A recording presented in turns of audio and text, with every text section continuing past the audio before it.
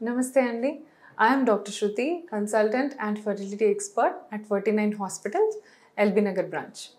So చాలామంది pregnancy కోసం plan చేస్తూ ఉంటారు. కొంతమంది యంగ్ కపుల్స్ ఉంటారు, కొంతమంది 40 ఇయర్స్ పైన పడిన వాళ్ళు కూడా ఉంటారు.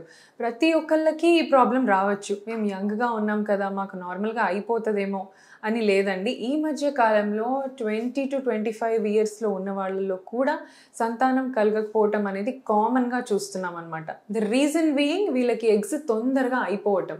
20 ఇయర్స్కి 25 ఇయర్స్కి ఎగ్స్ అయిపోవడం ఏంటి అని కూడా అడగచ్చు. నార్మల్గా ఎగ్స్ మనకి 40-45 ఇయర్స్ వరకు అయిపోవాలి. అప్పుడు మెనోపాజ్ అనేది వస్తుంది, అంటే కంప్లీట్గా ముట్లు ఆగిపోతాయి ఆ టైంకి. బట్ 25 ఇయర్స్లో ఉన్నప్పుడే ఎందుకు ఎగ్స్ మీకు తగ్గుతున్నాయి, ఎందుకు మీకు పెద్ద పెద్ద ట్రీట్మెంట్స్ తీసుకోవాల్సిన అవసరం వస్తుంది? న్యాచురల్గా ఏంటంటే అండి, నార్మల్గా ఎవ్రీ మంత్ కొన్ని ఎగ్స్ చనిపోతూ ఉంటాయి, మిగిలినవన్నీ నెక్స్ట్ సైకిల్లో క్యారీ ఫార్వర్డ్ అవుతాయి. సో అలా ఫైనల్గా ఎగ్ రిజర్వ్ అంతా ఎగ్జాస్ట్ అయిపోయి లాస్ట్కి 0 అయిపోతుంది. ఇది నార్మల్ బాడీలో ఉండే ఫిజియాలజీ. బట్ ఇది ఎప్పుడు అవ్వాలి? 37 to 40 ఆ పైన వాళ్ళకి కంప్లీట్గా రిజర్వ్ 0 అయిపోతుంది. బట్ 25 ఇయర్స్లోనే ఎగ్స్ 0 ఆర్ తక్కువ కనపడుతున్నాయి అంటే ముందు నుంచే వాళ్ళకి ఎక్కువ నెంబర్స్ ఆఫ్ ఎగ్స్ ఎగ్జాస్ట్ అయిపోతున్నాయి, అంటే ఎక్కువ ఎగ్స్ చనిపోతూ వస్తూ ఉన్నాయి అన్నమాట. దానివల్ల త్వరగా వాళ్ళకి ఎగ్ రిజర్వ్ డ్రాప్ అవుతుంది. సో దీనికి చాలా కారణాలే ఉండొచ్చు. చిన్నప్పుడు ఎక్స్రేస్కి ఏమన్నా ఎక్స్పోజ్ అయినా, లేదా ఏమైనా కీమోథెరపీ క్యాన్సర్ ట్రీట్మెంట్ తీసుకున్న వాళ్ళైనా, లేదా కొన్ని సర్జరీస్, సో ఓవరీ పైన సర్జరీస్ జరిగిన, ఒక పార్ట్ ఆఫ్ ద ఓవరీ తీసేయడం అయినా, కొన్ని జెనెటిక్ కాజెస్ కూడా అయి ఉండొచ్చు అనమాట. సో ఇవన్నీ కారణాల వల్ల మీ ఎగ్స్ తక్కువ అయి ఉండొచ్చు. సో మనం ఏం చేయాలి? సో మనకు అందరికీ ఉన్నంత టైం లేదు ప్రెగ్నెన్సీకి. సో మెల్లిగా 30 ఇయర్స్కి 35 ఇయర్స్ దాకా ప్లాన్ చేసుకోవచ్చా అంటే వీళ్ళకి అంత టైం లేదండి.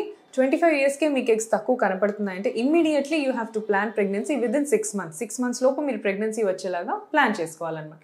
సో మనకి ఇలా ప్రెగ్నెన్సీ ఫాస్ట్గా ప్లాన్ చేసుకోవడానికి ట్రీట్మెంట్స్ ఏంటి? ఒకటి న్యాచురల్ మెడిసిన్స్ ఇచ్చి ప్లాన్ చేయొచ్చు, ఒకటి IUI పద్ధతిలో వెళ్ళొచ్చు, ఇంకోటి IVF. సో మనకి వీళ్ళకి ఎక్కువ టైం లేదు కాబట్టి న్యాచురల్ మెథడ్స్లో అలాగే చిన్నగా ట్రీట్మెంట్స్ చేస్తూ ఉంటే వాళ్ళ ఎగ్స్ అన్నీ పోతాయి, లాస్ట్కి 0 అయిపోయి డోనర్కి వెళ్ళాల్సిన అవసరం కూడా రావచ్చు.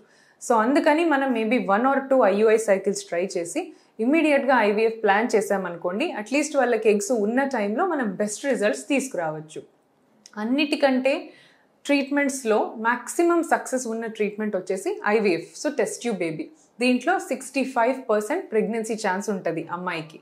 సో ఎక్కువ పర్సంటేజ్ సక్సెస్ మనకి ఇందులో ఉంది కాబట్టి ఆల్రెడీ రిజర్వ్ తక్కువ ఉన్న వాళ్ళు లేదా ఎగ్స్ తక్కువ ఉన్న వాళ్ళు ఈ బెస్ట్ పద్ధతిని ఎంచుకుంటే తొందరగా ప్రెగ్నెన్సీ అందుకునే ఛాన్సెస్ వీళ్ళకు ఉంటాయి. సో ఎగ్స్ తక్కువ ఉన్నాయి అని మనం ఎలా తెలుసుకోవచ్చు? మనకి ఏమైనా సిమ్టమ్స్ ఉంటాయా? కొంతమందికి అండి మెన్స్ట్రువల్ సైకిల్ 30 days కాకుండా కొద్దిగా ముందే పీరియడ్స్ వస్తూ ఉంటాయి అన్నమాట. 20 daysకే పీరియడ్స్ రావటం, 22 days 24 daysకే పీరియడ్స్ రావటం. సో సైకిల్ లెంత్ షార్ట్ అయిపోతుంది. సో మీకు 30 daysకి నెలకి రావాల్సిన పీరియడ్ అనేది 20 daysకి 15 daysకి అలా వస్తూ ఉంటుంది. సో ఇది ఒక కామన్ సిమ్టమ్.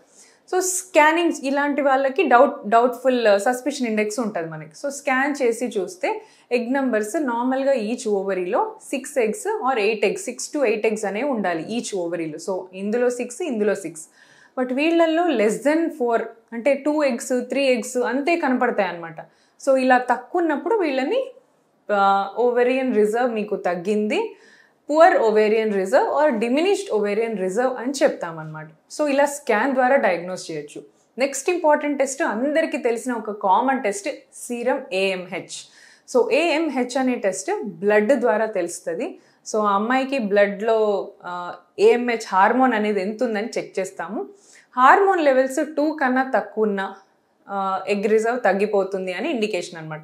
సో కొంతమంది AMH రిపోర్ట్స్తో వస్తారు 0.01 అని, అంటే ఆల్మోస్ట్ ఎగ్స్ లేవు లేదా 1 egg అంతే ఉన్నట్టు. సో ఈ సీరం AMH కూడా మనకు ఎగ్ రిజర్వ్ ఎంత ఉంది అని తెలుసుకునే ఒక ఇంపార్టెంట్ టెస్ట్. AMH దాంతోపాటు స్కాన్ రెండు కంబైన్డ్గా మనకి సినర్జిస్టిక్ రిజల్ట్స్ ఇస్తాయన్నమాట. అంటే రెండిట్లో కూడా తక్కువ ఉంది అని తెలిస్తే ఖచ్చితంగా వీళ్ళు నెక్స్ట్ స్టెప్కి వెళ్ళాల్సిన అవసరం ఉంది, వీళ్ళకి మళ్ళీ ఎగ్స్ పెరిగే అవకాశం ఉండదు. సో అందరు ఏమనుకుంటారు, ఎగ్స్ తక్కువ ఉంటే తర్వాత పెరుగుతాయా, పెరగటానికి మందులు ఇవ్వండి అని అడుగుతుంటారు.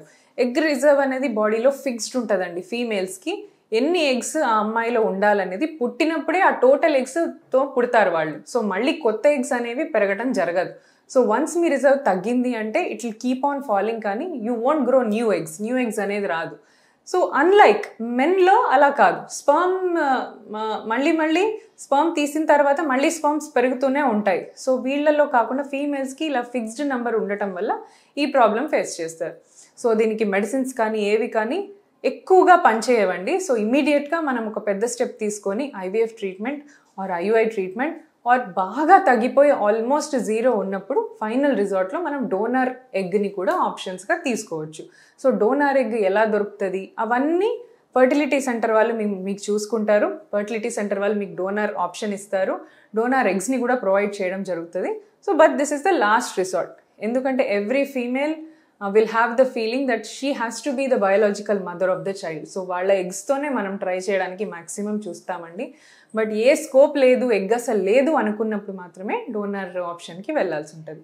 సో తక్కువ ఎగ్స్ ఉన్నప్పుడు కొంచెం త్వరగా మీ ఫర్టిలిటీ ఎక్స్పర్ట్ని కన్సల్ట్ అయ్యి ట్రీట్మెంట్ తీసుకోండి. Thank you.